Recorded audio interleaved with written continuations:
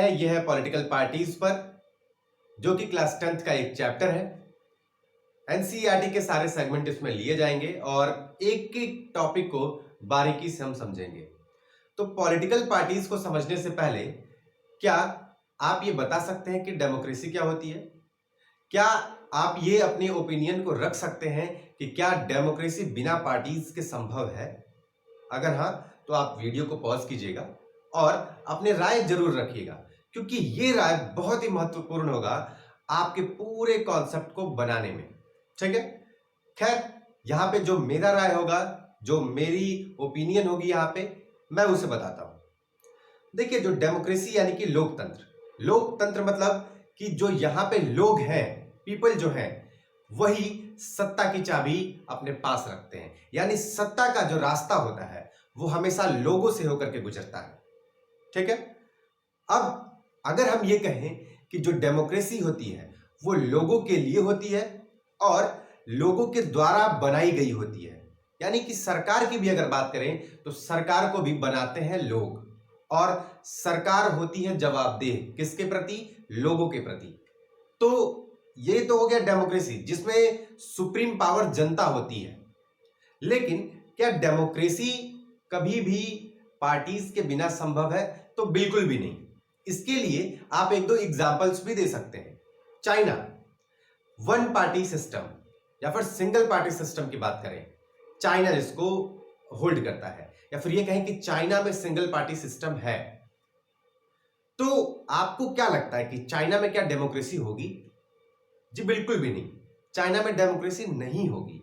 क्यों? क्योंकि न वहां पे विपक्ष का रोल अदा करने वाला कोई पार्टी है जो कि उनमें हमेशा उनकी क्रिटिसिज्म करे, उनके स्कीम्स को, उनके ओपिनियन का कोई भी व्यक्ति खंडन करे, उसको कंडेम करे। ऐसा कोई भी पार्टीज, संगठन या फिर प्रेशर ग्रुप्स चाइना में नहीं हो सकते हैं।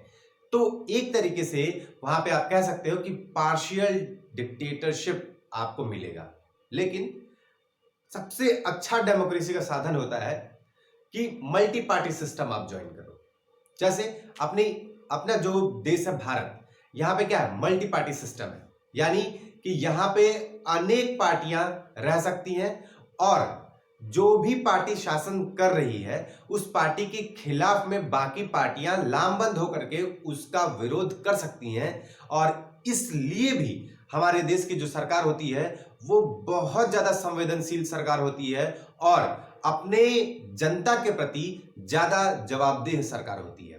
वैसे ये कहना भी गलत नहीं होगा कि अमेरिका में अच्छा खासा डेमोक्रेसी है, हालांकि अमेरिका में मल्टी पार्टी सिस्टम नहीं है।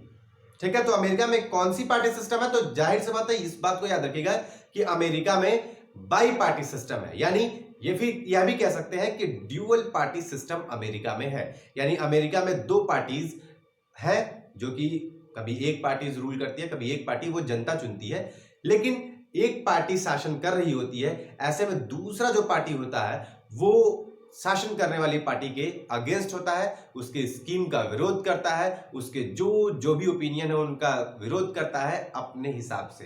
ठीक?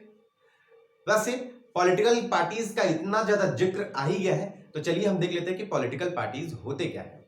तो आपको यहाँ पे रिटन सारा चीज मिल जाएगा कि पॉलिटिकल पार्टीज जो होते हैं ये कुछ लोगों का समूह होता है, मींस कि ग्रुप ऑफ पीपल। ठीक? तो कुछ लोगों का समूह होता है जो कि एक साथ आकर के, और ये लोग इलेक्शन लड़ते हैं, कॉन्टेस्ट करते हैं इलेक्शंस में। और क्यों? ताकि ये लोग होल्ड कर सके गवर्नमेंट में पावर। बात यहां पे याद रखिएगा, यहां कोई विशेष, ये जरूरी नहीं है कि हर व्यक्ति सरकार ही बनाएगा। होल्ड पावर इन गवर्नमेंट, यानी कि गवर्नमेंट में इन लोग की शक्ति को अर्जित करना इनका काम होता है। ठीक है? बात दिमाग में बिठाइएगा, एक बार फिर समझने की कोशिश कीजिएगा कि पॉलिटिकल पार्टीज वो होती हैं जिनमें लोगों के समूह, यानी लोगों, ज्यादा लोग हो, वो सभी लोग एक साथ मिलकर के आते हैं और चुनाव लड़ते हैं।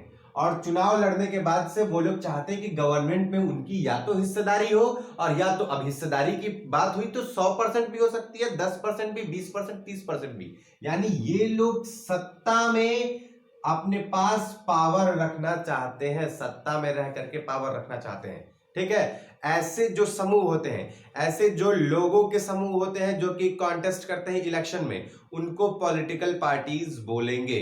तो क्या एनजीओ पॉलिटिकल पार्टीज होती हैं? बिल्कुल भी नहीं।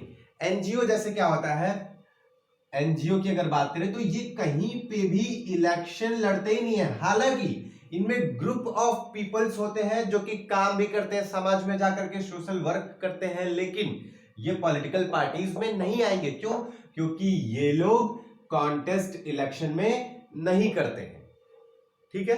तो इस बात को अपने दिमाग में, कॉन्सेप्ट को क्लियर रखिएगा। अगर आपको कोई डाउट हो तो आप कमेंट कर सकते हैं ना, उसका जवाब मैं तुरंत ही दे दूंगा। अब पॉलिटिकल पार्टीज के मेन 3 कंपोनेंट होते हैं, यानी कोई भी पॉलिटिकल पार्टीज है तो वो मेन 3 लोगों से मिलकर के, 3 अंगों से मिलकर के बनेगा। कौन कौन से? सबसे पहला the leaders, not leader, leaders बोला गया है ना। द लीडर्स का मतलब कि उसमें जो राजनेता हो वो होने चाहिए, ठीक है। किसी भी पार्टी के लीडर जब तक नहीं होंगे तब तक उस पार्टी का रास्ता निर्धारित नहीं होगा, क्योंकि लीडर मीन्स होती है सोच। एक व्यक्ति अगर लीडर है तो उसकी होगी कोई सोच, जिस सोच पर एक तरीके से जो पार्टीज होगी वो रन करेगी, है ना। तो वो हो सकता है कि कोई एक लीडर हो और हो सकता है कि कई लीडर हो, जिनके ओपिनियंस पे, जिनकी राय पर वो पूरी पार्टीज काम करेंगी।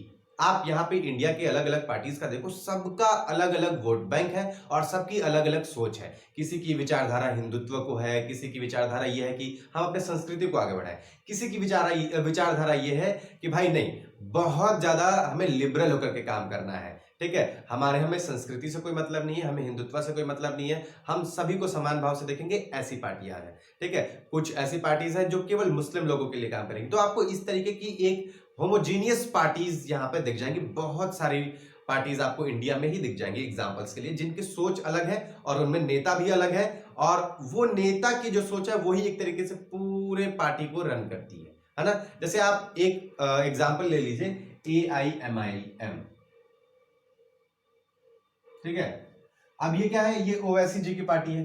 अब ओवैसी थोड़ा सा, आप कह सकते हैं थोड़ा क्या, बहुत ज्यादा इनका झुकाव जो रहता है वो मुस्लिम वोट बैंक पे रहता है।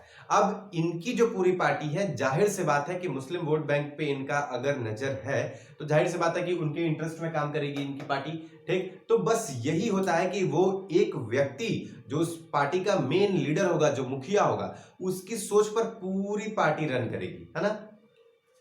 चलिए इसके बाद से आगे चलते हैं। The active members, the active members, है ना।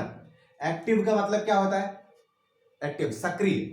तो इस पार्टी के सक्रिय कार्यकर्ता जो है, आप आमतौर पे देखे होंगे कि जब कोई भी विपक्ष की पार्टियां जो होती हैं या फिर पक्ष की पार्टियां कोई आंदोलन करें या फिर कोई कार्यक्रम हो, तो ऐसी स्थिति में जो एक्टिव मेंबर्स होते हैं वो हमेशा उस कार्यक्रम को जाकर के अटेंड करते हैं और वहां पर अपनी पूरी उपस्थिति, ठीक है, अपनी गरिमामयी उपस्थिति वहां पे देते हैं, वहां उसको ज्वाइन करते हैं, नारे लगाते हैं। ये सभी कौन है? ये एक्टिव मेंबर्स हैं, ठीक है। जैसे अगर आप किसी पॉलिटिकल पार्टी से बिलोंग करते हैं और उस पॉलिटिकल पार्टीज का सोच कहीं पे रखते हैं, कहीं ओपिनियन रखते हैं, कहीं उसके लिए बातें करते हैं, उसके लिए वोट मांगते हैं, ठीक है। इलेक्शन जब होता है तो ऐसे में आप घरों घरों में जाते हैं, उनकी राय को रखते हैं, तो इसका मतलब आप एक एक्टिव मेंबर्स हैं उस पार्टी के, ठीक है। और ये एक्टिव मेंबर्स कहीं ना कहीं उस पार्टी को सरकार में लाने के लिए या फिर उस पार्टी को सत्ता में ज्यादा हिस्सेदारी दिलाने के लिए इनका योगदान विशेष होता है, क्योंकि इनकी ही मेहनत से कोई भी पॉलिटिकल पार्टीज गवर्नमेंट में आती है ना। अब हो गया फॉलोअर्स, सबसे बड़ी भूमिका इन्हीं की होती है। इस पार्टी के फॉलोअर्स जो होंगे, ठीक है, वही कहीं ना कहीं सरकार बनाते हैं। अब बहुत ध्यान से सुनिएगा, लीडर्स की सोच पर पार्टी रन करती है, उस पार्टी के मेंबर्स होते हैं ना, वो लीडर्स के द्वारा मेन एक तरीके से उनको लीडर्स ये चलाते हैं, है ना, कि भाई तुम्हें यहाँ कार्यक्रम करना है, तुम्हें यहाँ आना है, तुम्हें ऐसे करना है, वैसे करना है, तुम जाओ जनता में अपनी राय रखो, ठीक। और ये जो एक्टिव मेंबर्स हैं ये फॉलोअर्स तक अपनी बात पहुंचाते हैं, पार्टीज की बात पहुंचाते हैं, लीडर्स की सोच को पहुंचाते हैं, और जो इनके फॉलोअर्स होते हैं ये जाकर के वोट करते हैं तो गवर्नमेंट बनती है। इसका मतलब ये तीनों अभिन्न अंग है।